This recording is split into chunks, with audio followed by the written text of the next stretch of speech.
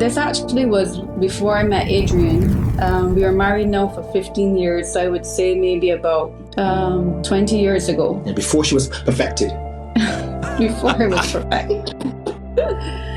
Yes, so I was seeking God. I was in my early 20s. I was asking him, like, what do you want me to do with my life? I don't want to waste my life. I need my life to have purpose. I need to know what to do.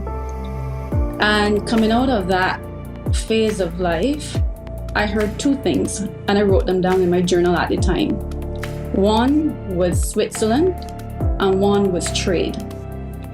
And that was 20 years ago. I had no interest in trade.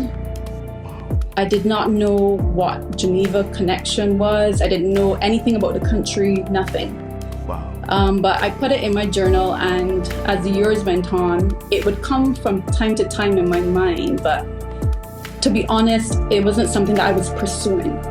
And I mentioned this to Adrian very early in the marriage about this Switzerland and trade connection. As the years went by, I was able to get a scholarship, which allowed me to study, and I studied international development.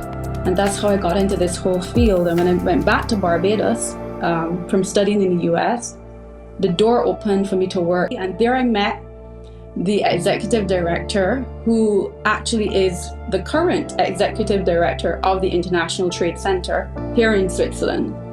So I worked with this lady called Pamela Coke Hamilton in Barbados. She's also a believer.